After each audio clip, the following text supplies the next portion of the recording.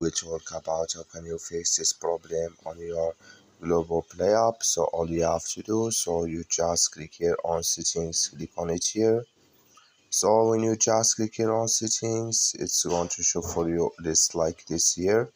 So then all you have to do, you just go down here, so you keep going down, then you click here on apps, come to apps list here, and there you're looking for Globoplay app. You just click on search, then here at Globoplay app, it's going to show for you like this, click on it, then it's going to take you to this list here, click on for stop, then you click on OK, then you go down, just click here on storage, come to storage list here, just click here on clear cache. Then all you have to do, so you just go to your Play Store, click here on Play Store, click on it, then it's going to show so then you search here for Globoplay, it's going to show for you like this.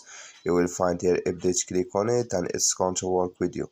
That's all you have to do. Thank you for watching. Don't forget to support us by liking, subscribe.